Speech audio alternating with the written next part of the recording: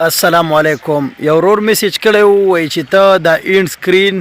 او دا کم ای کارت چې دی او دا کم ټایپینګ چې دی نو وای چې دا ته په کم ځای باندې کې نو جی دا خو موږ د وایټ یو سټوډیو نه کوو خو هغه ماته میسیج کړی دی چې د وایټ یو سټوډیو نه دا نه کیږي نو جی بالکل کم وایټ سټوډیو اپس چې دی د هغې نه کیږي ځکه چې دا د ګوګل کروم نه کیږي د ګوګل کروم نه به کومه طریقه کیږي نو سکرین سایډ ته هم بوځم چې پریکټیکلی هم پوه کم چې هغه طریقه درته وښیم چې په وایټ سټوډیو به د ګوګل کروم نه څنګه اوپن کیږي او بیا به پې هلته سیټینګ څنګه کیږي نو زه چې ځو د سکرین سایډ ته چې پریکټیکلی هم پوه کم.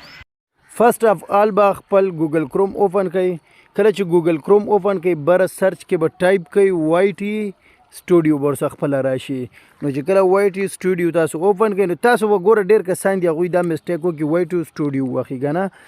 دا یوټیوب سټوډیو واخلي. نو چې دا تاسو کلیک کړئ د یوټیوب سټوډیو نو دا بیا تغه کیږي که نه دا ډایرکټ تاسو ایپ ته بوځي نو تاسو به څه واخلئ تاسو به ساین ان واخلئ چې تاسو په دې ځای کې پاتې شئ نه خیال دی اټومیټیک ځي ساین ان کیږي. نو لږ شان ویټ ورته وکړئ نو چې دا کله سکرین ته یې دا سکرین ته راغی نو بیا په دې ته کې تاسو ته لیکلي هغه کومه ویډیو چې تاسو اپلوډ کړي نو سمپل به تاسو ته هغې کې لیکلي ګو ټو ویډیو انالایټکس تاسو به په دې باندې کلیک وکړئ. نو چې کله تاسو په دې باندې کلیک وکړئ نو بیا چې دې سایډ ته کوم ډیشبورډ چې دی چې دې ته وګورئ تاسو که نه په دې کې دا د پنسل غوندې نښه ده په دې باندې به تاسو سمپل کلیک وکړئ. نو چې تاسو کله په دې باندې سمپل کلیک وکړئ تاسو به داسې قسم انټرفیس راشي. نو په دې ځای کې به تاسو خپل څومره دغه چې دی د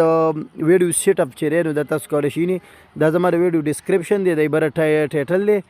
او دې ته کې دا تمنیل دی دا تمنیل هم چینج کولی شئ پبلک دا کلیک کوئ یعنی پرایویټ انلیست پبلک دا هم پې کولی شئ تاسو د دې ځای نه یعنی کم سټرایک چې په تاسو باندې راځي نو هغه هم تاسو ته الریډي په دې کې راځي یعنی دا څه وایي ریسټریکشن که نه نان دی نو په ما څه سټرایک نشته دا سب ټایټل چې دی نو دا پنسل نښه به دې ته کې ووهئ تاسو هلته سب ټایټل ټیک رایټ کوئ لکه داسې مثال فار ایگزامپل ګوډو کې یعنی دا ما دا سب ټایټل خپل لیکلی دی بره ډن دی هغه ډن مه ووهه خو دا یعنی الریډي دا پې برابر شو. نو بیا دا اینډ سکرین دی اینډ سکرین هم د دې ځای نه سیټ کېږي دا دی لګولی مې دی دا لاندې به تاسو ووهئ د دې ځای نه به تاسو خپل اینډ سکرین سیټ اپ وکړئ. دا لاندې ای کارډ دی ای کارډ هم تاسو د دقه کلیک کوئ او سمپل به دقه رنګ خپل